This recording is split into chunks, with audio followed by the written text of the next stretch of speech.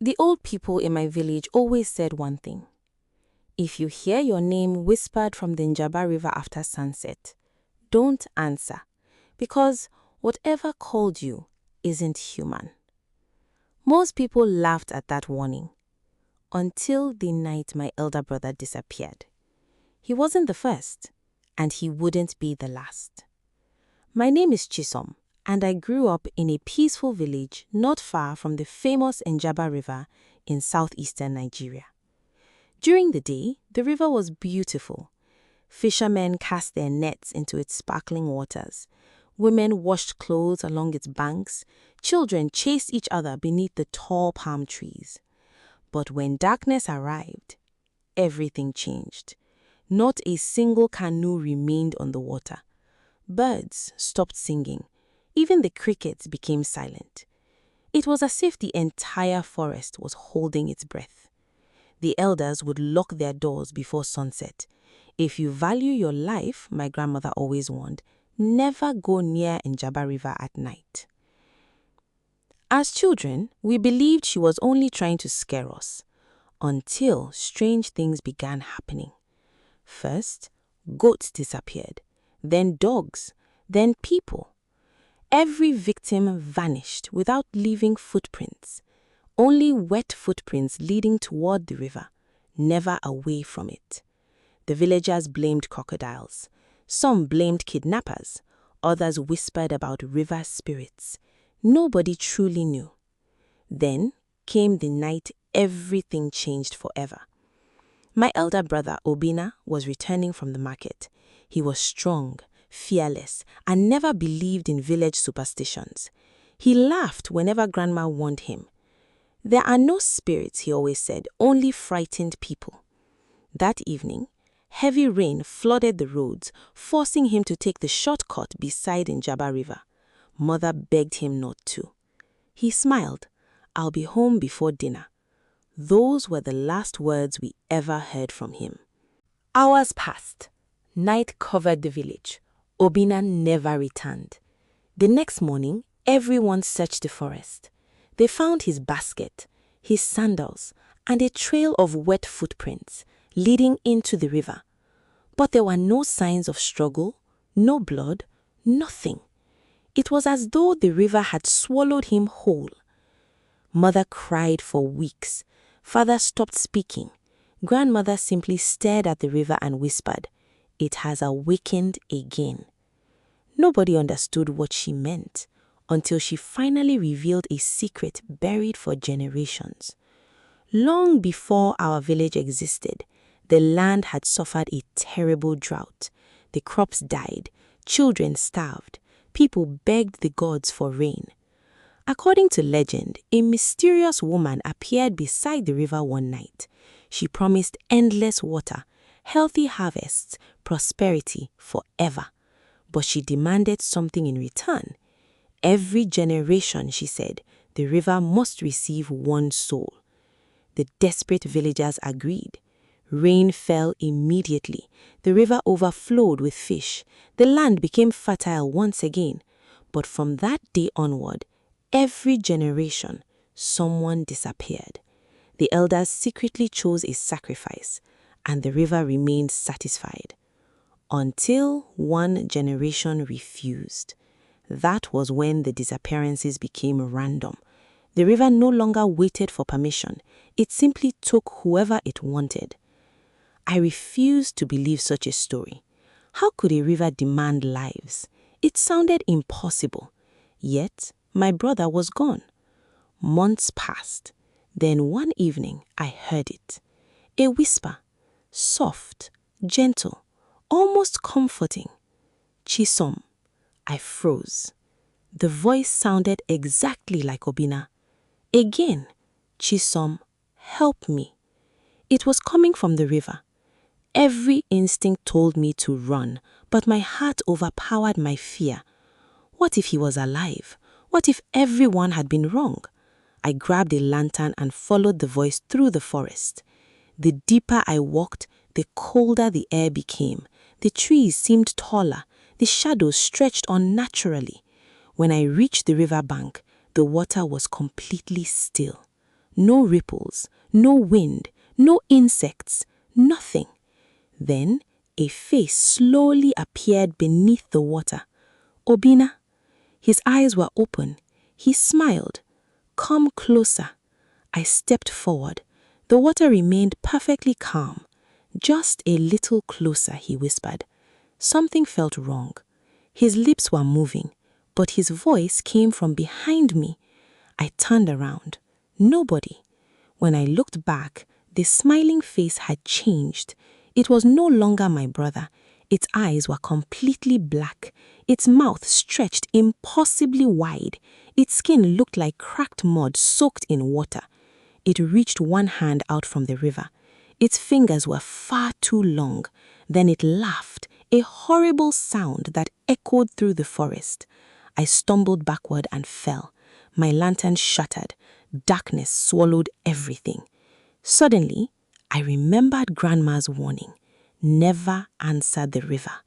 I closed my eyes, covered my ears, and began to pray with every strength left inside me. The laughter stopped. Silence. When I finally opened my eyes, morning sunlight covered the riverbank. The creature had disappeared. Only one thing remained. My brother's wooden bracelet, the same bracelet he wore the day he vanished. I picked it up with trembling hands. It was completely dry. Years have passed since that night. The disappearances eventually stopped. Some villagers believe the curse is finally over. Others think the river is only sleeping. But it was not. Today, tourists visit Njaba River to admire its beauty. They take photographs, they laugh, they swim. It was fun. They have no idea what stories lie beneath those peaceful waters. Sometimes when I visit my brother's grave, I still hear it, a familiar whisper floating across the river. Soft, gentle, patient, waiting, calling my name, which I never answer, because in our village, everyone knows one terrifying truth about the river. The most dangerous thing about Njaba River isn't what lives inside it. It's how perfectly it knows the voices of the people you love and calls for them. And that makes everyone afraid. 3 days after I escaped from Njaba River, I woke up to find muddy footprints on my bedroom floor. They started at my window, circled my bed, and ended at my bedroom door. But the most terrifying part wasn't the footprints. It was the fact that every footprint was filled with river water. And lying beside my pillow was Obina's wooden bracelet. The same bracelet I had buried with him the previous evening. That's when I realized something horrifying. Whatever lived in Njaba River hadn't let me leave. It had followed me home. I didn't tell anyone. Who would believe me? The elders would only say the river had marked me. The younger villagers would laugh. So I quietly wrapped the bracelet in a white cloth and hid it beneath my bed. But strange things kept happening. Every night I heard water dripping inside my room. I searched every corner. The roof wasn't leaking. The walls were dry. The floor was clean.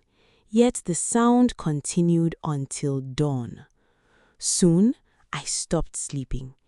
Dark circles formed beneath my eyes. Mother noticed. She asked if I was sick. I forced a smile. I'm just tired. But deep inside, I knew something was terribly wrong.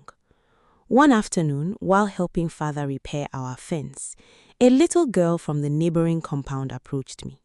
She couldn't have been more than 8 years old. She looked up at me and smiled. Your brother says he's still waiting. My heart nearly stopped. What did you say? She pointed toward the river. He stands there every evening. Before I could ask another question, she ran away laughing.